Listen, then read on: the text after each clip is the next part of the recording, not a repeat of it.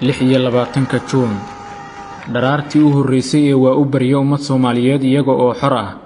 gaar ahaan muwaadiniintii gobolada waqooyi ee dalka madaxweynaha Jamhuuriyadda Federaalka Soomaaliya mudane Maxamed Cabdullaahi Farmaajo oo maamuusay halgankii gobonnimadoonka Soomaaliyeed iyo geesiyaashii naftooda u horay xornimada qarannimada iyo midnimada dalkeena ayaa u wax dhigay taalada daljirka dahsoon ee magaalada Muqdisho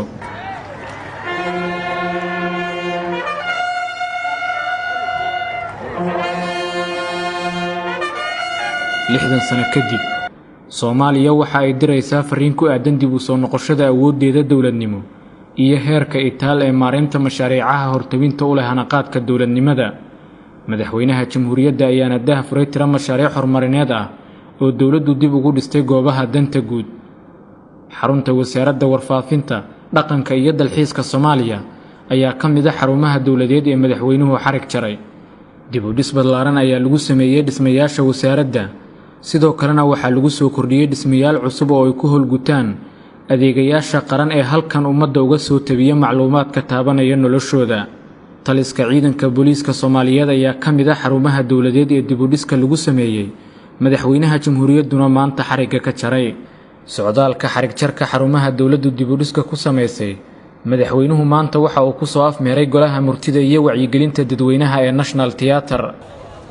halkani waa golaha murtida iyo wacyigelinta dadweynaha ee National Theatre muuqaal ka duwankii ay lahayd sanado ka hor ay halkani leedahay maantayna waa mid kamid ah goobaha ugu quruxda badan caasimadda dalka ee Muqdisho iyo goobaha lagu dhisay barnaamijka guuleystay ee isxilqaan barnaamijka isxilqaan oo goobtan lagu dhisay waxa fuliyay shaqaalaha rayidka Soomaaliyeed waxaana ka qayb qaatay ummadda Soomaaliyeed madaxweynaha Jamhuuriyadda mudane Maxamed Cabdullaahi Farmaajo ayaa maanta xariga si rasmi ah uga jaray golaha murtida iyo wacyigelinta dadweynaha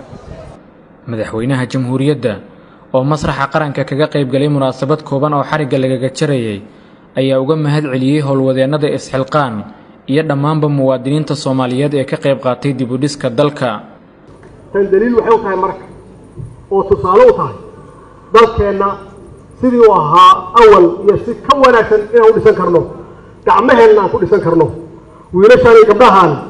inay hormuud ama horseed ka noqon karaan qof walba oo Soomaali ah khaasatan dhalinyarada ay ku dayan karaan waxaan u mahad celinayaa qof walba oo ka qayb galay hawshan isxilqaan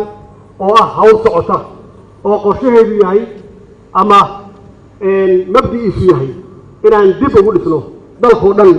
gacmaheena aan ku dhisanno waxaan u mahad celinayaa ganacsatadii ku bixisa dhaqaalaha runtii gacan ayay ka geysteen rugta ganacsiga iyo guud ahaan ganacsatada Soomaaliyeed oo doonaysa dalkooda in dib uu dhismo waxaan u mahad celinayaa shaqaalaha rayidka oo waqtigooda geliyay madaxweyne Farmaajo ayaa mar kale ummadda Soomaaliyeed ka dalbaday inay muujiyaan midnimo si ay ugu guuleystaan dib u dhiska dalkooda iyo dawladnimadooda Soomaali waa noolnahay wax walbana waa haysanaa dad waa haysanaa khayraad waa haysanaa laakiin waa inaan u istaagno waa inaan ka shaqeyno midnimadu waa xoog ummad midaysan lagama adkaado ummad midaysan waxaysan qaban karin malaha ummaddu hadday kala qaybsan tahay waa waxaan ku jirnay muddo aad u badan oo 30 sano ku dhow aan ku jirnay maxaa loo qabsoomay eebsanaanshuhu waa burburis in wax la burburiyo iyo wax la haleeyo ummadda markay isu timaado ay midoodo caqliguna waa midoobi dadka fiican yaa soo baxaya laakiin markay noqoto ummaddu inay qaybsan tahay ama qabiil ku qaybsan tahay qof walba qofka ugu xun yaa soo baxaya xarig jarka tiyaatarka kadib maxay waaye joogii halkan ka bilaabay hibadooda faneed uga dhigan tahay in muddo kadib tiyaatarkii qaranka xariga laga jaro waa tan Maama Nkrumah oo iyada oo 14 jir ah halkan ka bilowday hibadeeda faneed waxaan dareemayaa wax weyn inaan ooyo yaan ku sigtay maanta inaan ooyo baan ku sigtay maxaa jira meeshii aan ku soo aqlistay oo maantana sidaan ah